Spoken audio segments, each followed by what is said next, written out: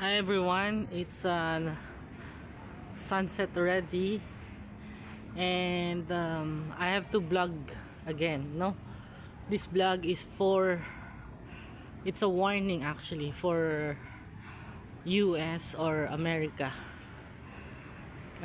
Kasi ang vlog natin ay binibigyan tayong babala ni Papa G, ni Papa God, na magkakaroon ng bombing or pagbobomba sa Amerika.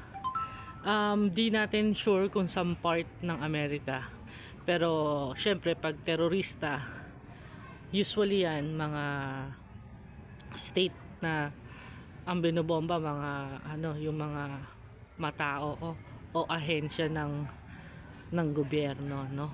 Pero medyo nakakapagtaka tong babala sa atin kasi hindi siya yung gera neto lately lang. Hindi siya yung country na yun, mga yon, or Iran, hindi. It's actually Venezuela. Venezuela na nationality ang magpapasabog sa Amerika. Di ko alam anong merong galit ng US or ng Venezuela to Amerikano, pero yun ang binibigay sa atin babala na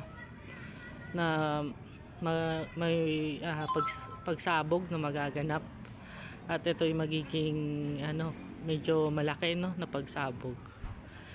Kaya iningatan, no, o pinapa-warningan na sa atin ngayon ni Papa God yung mga kamag-anak niyo po sa US. Mag-ingat po kayo, no, kasi may pag-atake na magaganap, no, immediately daw po. So usually mangyayari kaagad yan. Kahit mag-pray tayo, pag binigay na sa atin yung prophecy ni Papa God, mangyayari talaga. Ang pinagdadasal natin is wag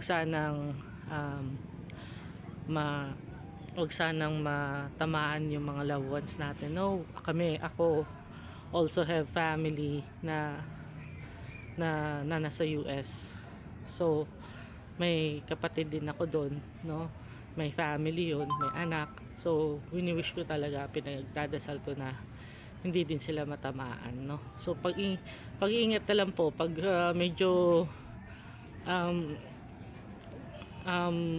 yung alam niyo naman yung nationality ng tao, medyo hindi mukhang Amerikano or what, medyo mag-ingat po tayo, no, kasi hindi natin alam kung anong mangyayari.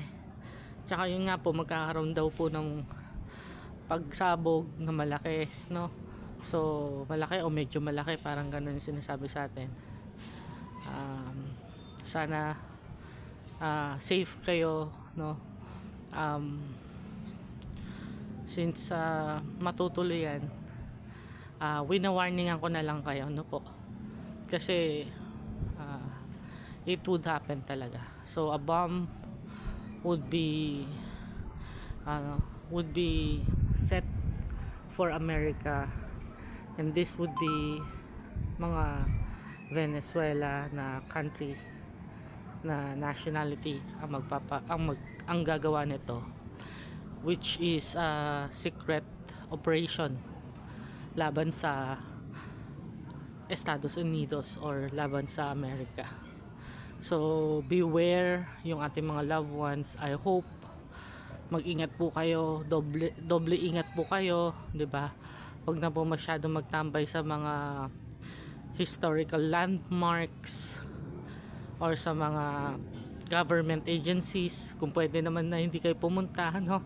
Kasi medyo mapanganib po. Hindi natin alam kung saan sila magpapasabog nung gagawin nilang secret operation nila, no? Pero mangyayari po, kaya na-advisean ko na kayo na beware. At sana po safe po tayong lahat, no, mga Pilipino dyan sa Amerika. At kahit na yung mga Americans din po, o kahit ano na pong lahi, I hope makasurvive kayo, no. At mag-pray po kayo lagi, magdasal kayo na sana malagpasan natin to mga trying times na to. Till our next video. Bye.